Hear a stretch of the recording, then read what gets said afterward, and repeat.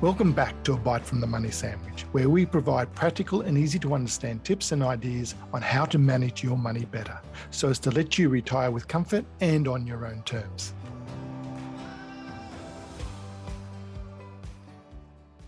Have you ever struggled to stick to your New Year's resolutions? Today, I'm joined by Dr. Carly Reid, who is a clinical psychologist at Empower Clinical Psychology and financial wellbeing advisor for Aware Super. Carly works closely with Aware Super for their financial fitness campaign.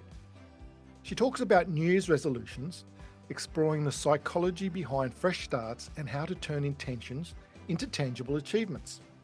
We also talk about the importance of setting and staying motivated towards any goals, including fitness and financial goals, underlying the necessity of taking small steps and staying consistent. Plus, we speak about the impact of financial stress on relationships and share tips for better money management. Well, welcome, Carly, to the show. Thank you for having me. Now, at the time of recording, we've just really started off 2024. I know the Chinese New Year's coming up, but it is the time of year people start New Year's resolutions. And there's obviously plenty of reasons, and it'd be great to get your views, but most fail, don't they? Yeah, absolutely. It's interesting because there's not actually any difference between, the 30th and 31st of December compared to the 31st of December and the 1st of January. But I think it's a psychological fresh start. It's a reminder to people to kind of think about what they want to do in the upcoming year, set new intentions and goals, which is all really great in theory, but it depends on how you do it. And I think that leads to whether how you do it determines whether you fail or succeed in those intentions and goals. Yeah, and most goals, I've done it. Give up alcohol, get fit, get better with money, which is close to my own heart and people who are listening to this show. But it's just, it says like only they 89% drop off after about 2 months. Yeah, absolutely. And I think that's part of the problem with it being a temporal milestone. It's not necessarily coming about organically where you go, I have a problem, I'm going to do something about it right now. So people aren't always thinking about it in very realistic terms. So thinking about, what can you possibly achieve? How realistic is this goal? How much do you really want this thing? How important is it to you? And do you have a plan on how you can actually put this thing into place? Without a good plan, it's probably destined to fail. And I think, that's a terrific point. You need a plan. Otherwise, it's just a dream. It's just a wish. If you don't actually have some structure, a plan, and also something to keep you motivated. I know that's something you talk about. You do need to have some motivation, especially when, the bills come in or, we don't feel well, or just it's easier on a cold winter Sunday morning just to stay in bed, basically. Yeah, absolutely. It's like, is your motivation to change greater than your motivation to stay the same? That's always the question, and it can vary depending on whether it's a Sunday cold morning in bed, or whether it's a nice sunny day and you've got your running shoes on. Yeah, and it's exactly right. And I should also say, it's really great that you'll be able to come on the show. You've been brought here by Aware Super. They're allowing you to be here because they're doing some really good stuff with 2024, start of new year, helping people, some tips and strategies on helping financial goals. So we'll put links in the at the end of this. But it really is anything to help you stay motivated to reach goals is going to be good, but also accountability must be something. How do you build discipline? I know your field, if I get it right, clinical psychology. If you're to help people stay motivated or just disciplined, it must just be very difficult for people to do that.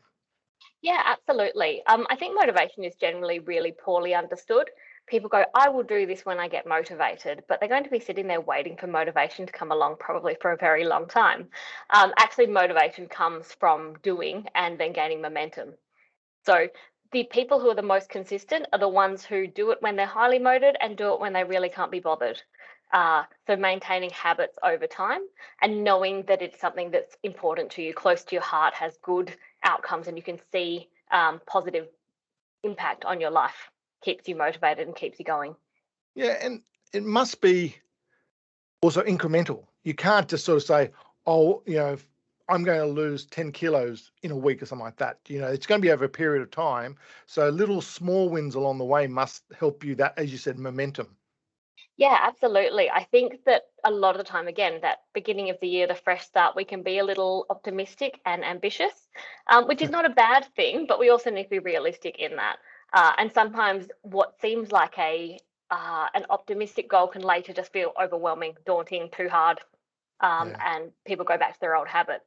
So yeah, breaking it down into smaller, realistic steps, looking at, well, what's the first part of this goal? If I want to achieve this by the end of this year, where do I need to be by the end of June? Where do I need to be by the end of, March? Where do I need to be in the next week?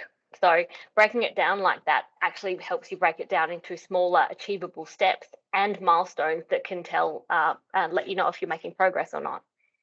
And when it comes to our finances, and like I do realize it's not your specialty, but we only have to live in Australia, and coming out of COVID, cost of living, the world, it's just more expensive. That Yeah. must make it harder to sort of stay focused on goals or even to get in control of your finances.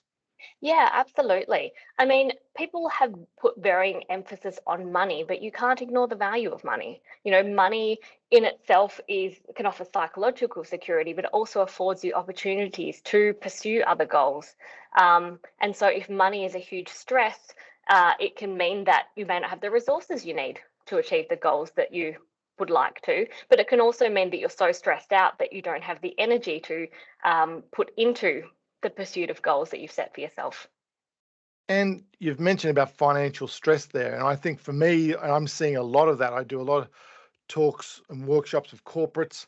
And when I ask people before I do start my talk, financial security is now a big one. The stress, financial stress is a big one, where it used to be probably 5 or 6 years ago, oh, I want to be financially free. I want to Mm. travel the world and all that. It's People are changing from a this psychological point of view. That's a significant change. Yeah, I think it's because finances are now more under threat.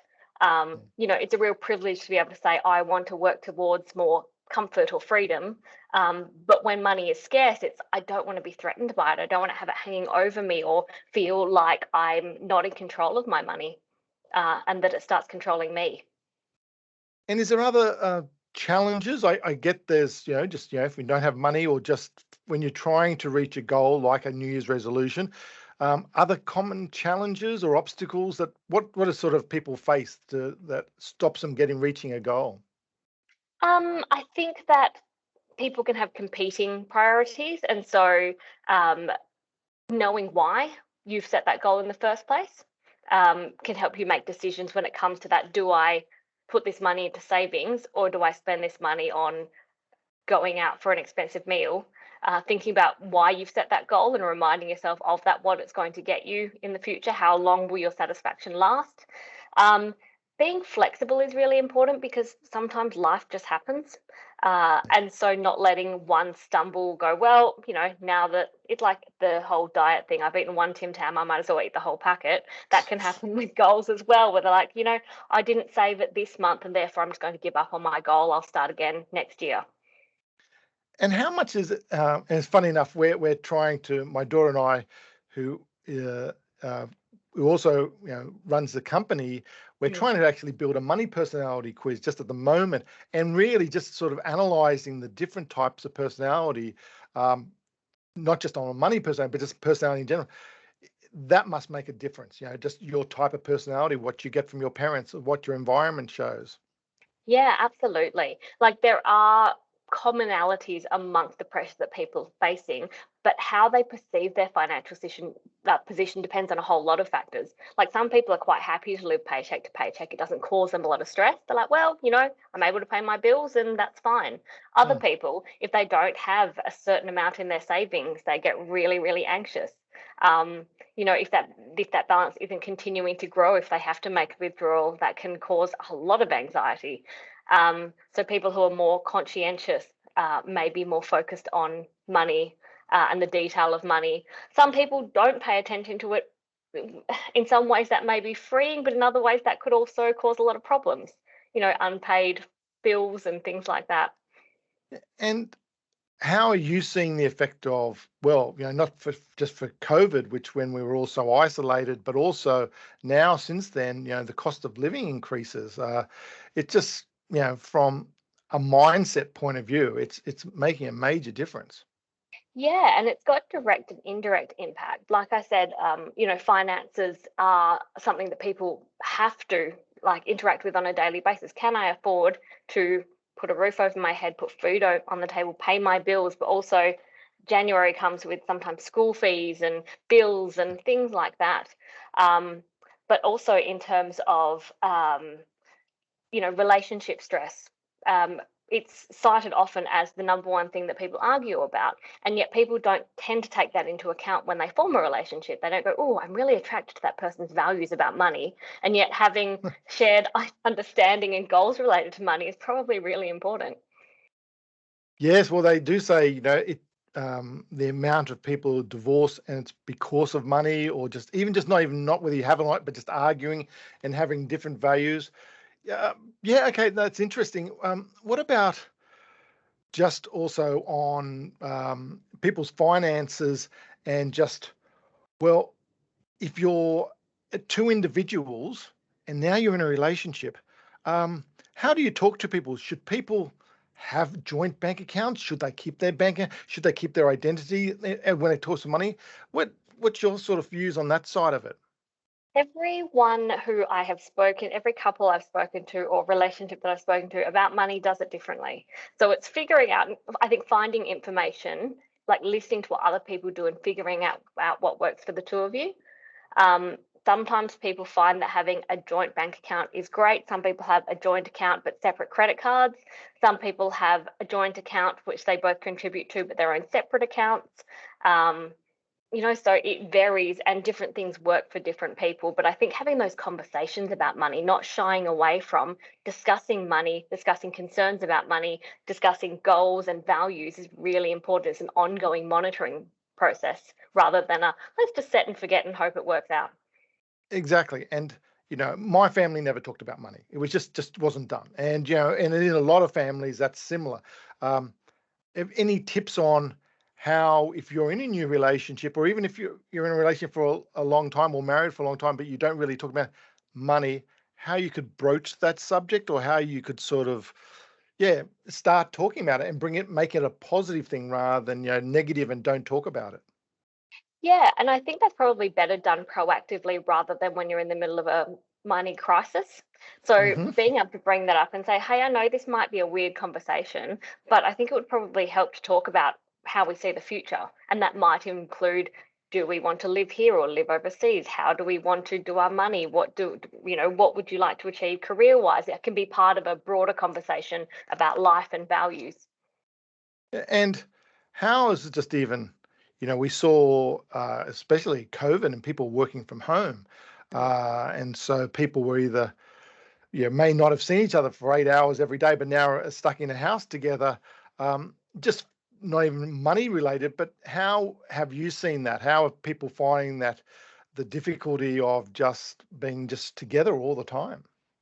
Yeah, it's really interesting because I used to see quite a lot of people coming for couples therapy upon one of them retiring or both of them retiring Right. because they weren't used to spending that time together. And COVID was a similar thing where people are like, I didn't realize that my partner was one of those let's circle back people, learning new things about each other. It depends on your relationship, but I do think having time apart, having your own interest means that you have things to talk about and interest and novelty to bring to the relationship. So I think it put a lot of strain on relationships. People didn't have the same activity support networks that help to maintain their mental health, as well as the pressures of being fearful about COVID and lockdowns, but also the financial impact. It impacted a lot of industries, as we know, disproportionately. And so all of that together, sometimes I think in some ways it helped to simplify life and Mm. um, helped people to have some perhaps difficult conversations, but it also put a lot of strain on people as well. And I think people generally are having better balance now that we're able to venture out of our homes and engage normally Yeah, again to a greater absolutely. degree. And you were talking about people retiring, and I must admit, and I talk to a lot of pre-retiree couples, and even to the point one will just say, well, we can't wait to retire and travel the world. And the other one says, well, I'm getting in a caravan and traveling Australia. What are you doing? And, they just don't talk about it. You're just Yeah. sort of saying having that opening, discussing these topics is just so important. So, Mhm. but if I go back to an interesting point you made before about financial stress, and I'm seeing it far more than when I was in my 20s or 30s to seeing 20s and 30-year-olds now, and technology, apps, gambling apps, Mhm. just the pressure people who are in their 20s, 30s, even 40s are with because of technologies has so many good things, but yeah, it can also be causing a big part of the financial stress that they're facing. Yeah, absolutely. There's this idea of like instant gratification.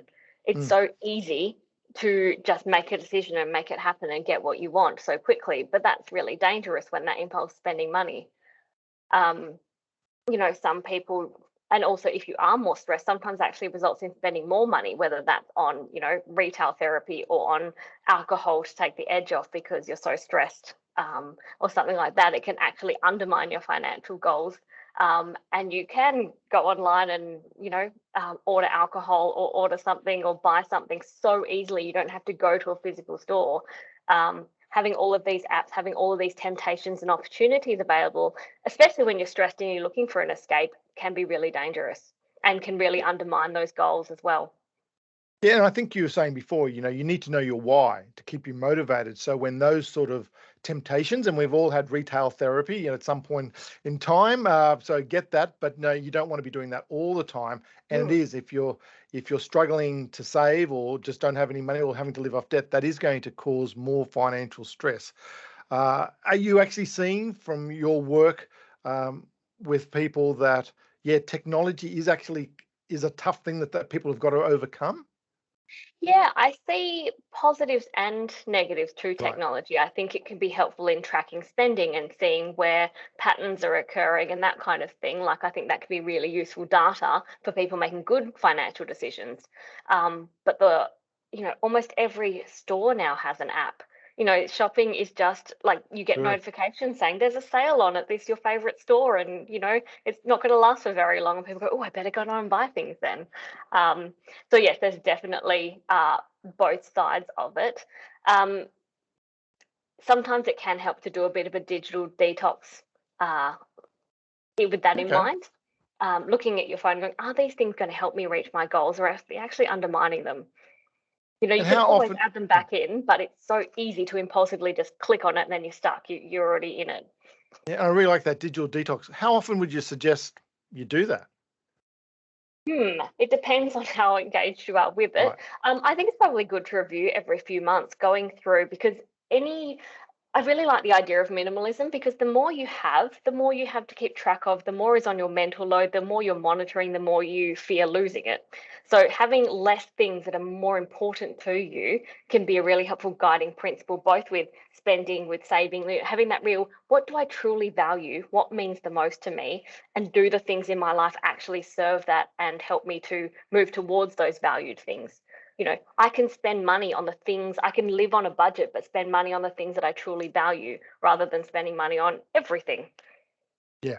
That's So, like, and mm, and also when it comes to financial stress, and this is definitely uh, be great to get your views on that. Um, Mental health and well-being, and even financial well-being and financial wellness is becoming so topical, and a lot of banks and people like Where Super are helping people with that. But where do you see a lot of people? Um, this wasn't a problem 10 years ago, but it is now, or it's increasing. But people want work-life balance. But I think this is a step further. Financial well-being is feeling that security, that support that you can pay the bills and all that. Must be um, an issue that you're seeing more and more. yeah, absolutely. Because it wasn't a threat. It wasn't all over social media and the media, and like it's everywhere. It's hard to ignore it, and people are seeing it in their homes. It's affecting when they go to fill up their car. It's affecting when they go and buy groceries. It's affecting the bills that come in their inbox or their mail. They're seeing financial stress. They're being reminded of financial stress everywhere. So it's definitely something that is coming up very regularly. It's hard to ignore. And the problem is people do try to ignore it. I think that's the worst thing you can do, is bury your head in the sand and hope it's not happening. And that's why it's so great to have Aware Super and, getting financial support. There's always something you can do, and there's people who want to help you with it. They can help you feel more empowered. There's research that says even if we write a list of things we're already doing and tick them off, we feel better and more empowered than if we just do them. So having that sense of control and achievement, rather than avoidance, which actually makes it worse in the end, is really important. And having the support to be able to do that, I think, is really helpful for people who feel overwhelmed.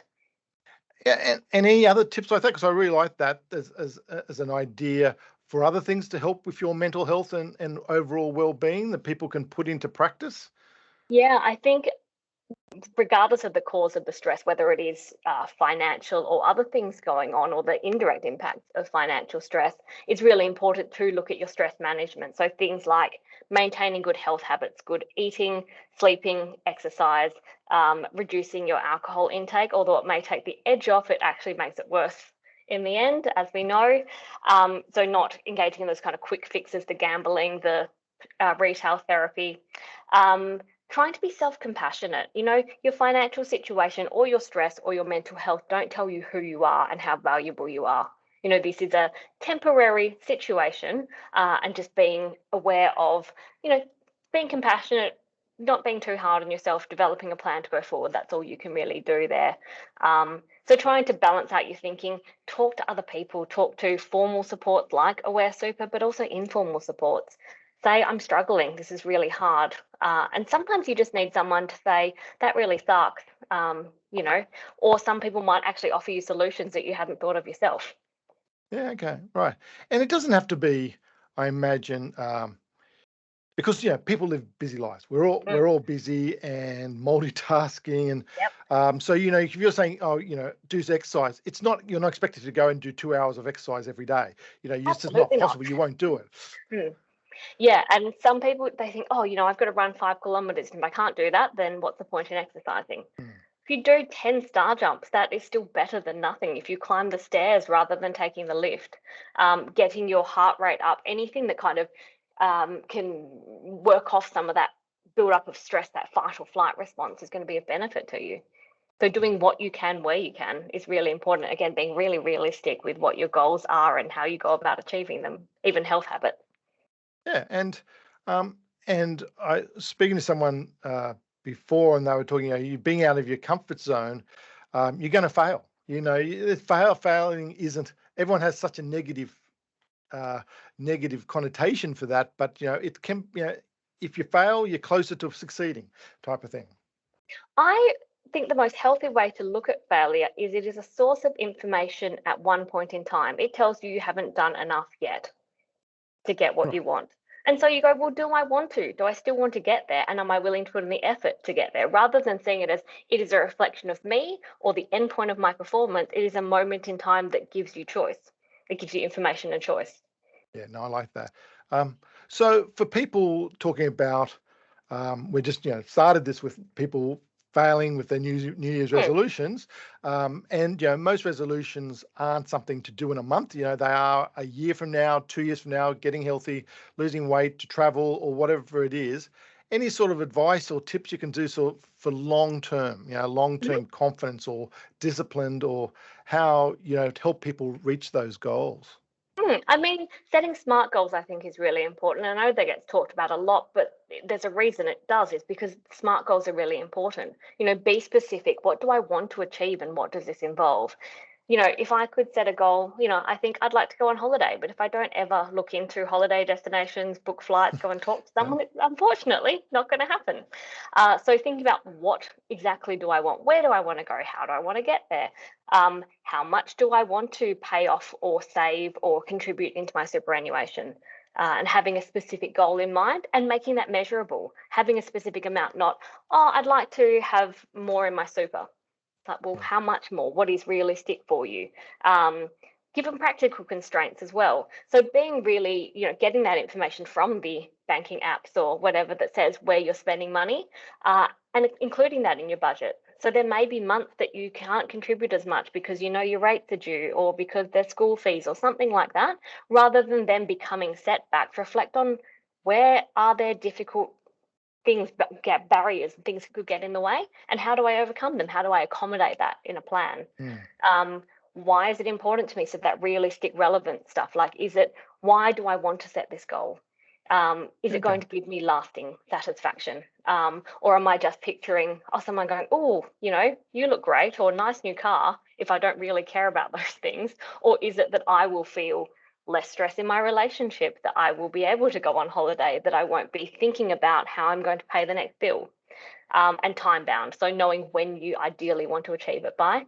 But also, if you find that as of March you're not doing that, then reset, reflect again. It doesn't have to be a new year, it can be at any time. I like the idea of a giant mental reset button that you can just press at any time and have that fresh start and go, right, what do I do from here?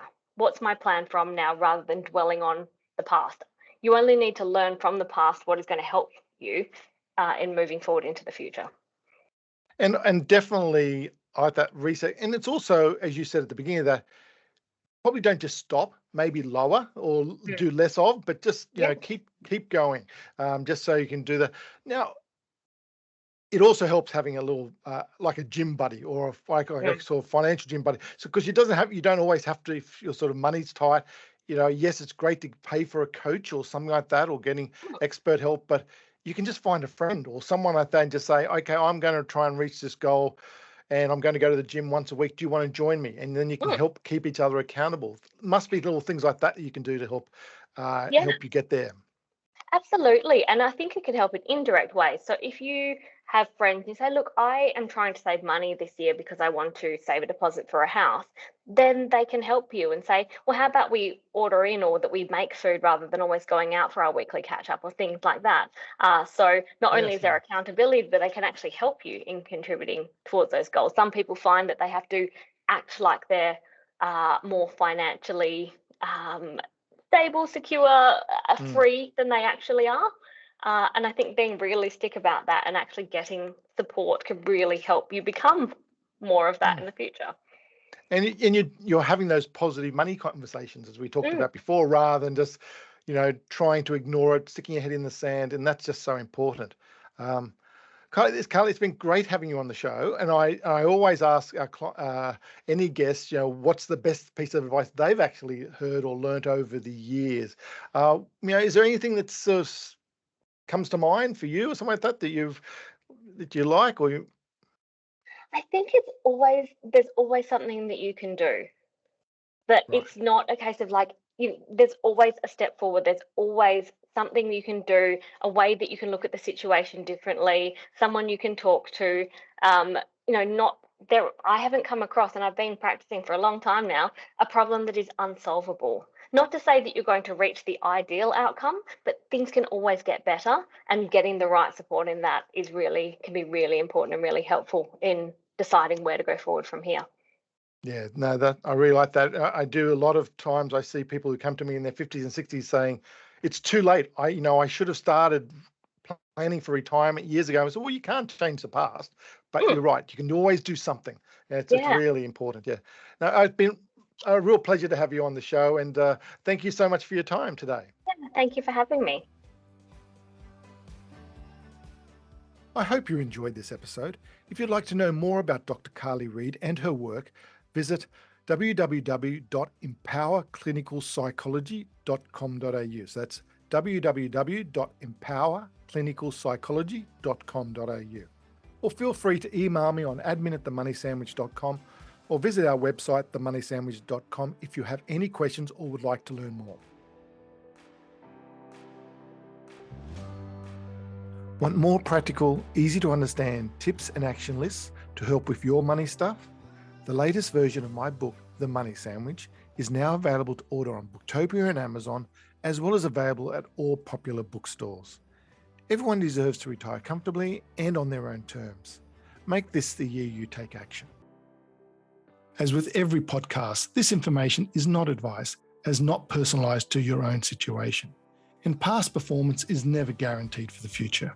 What we are trying to do here is to provide tips, coaching and education to help improve your money knowledge, which we believe can only be a good thing. See you next time when we take another bite from the money sandwich.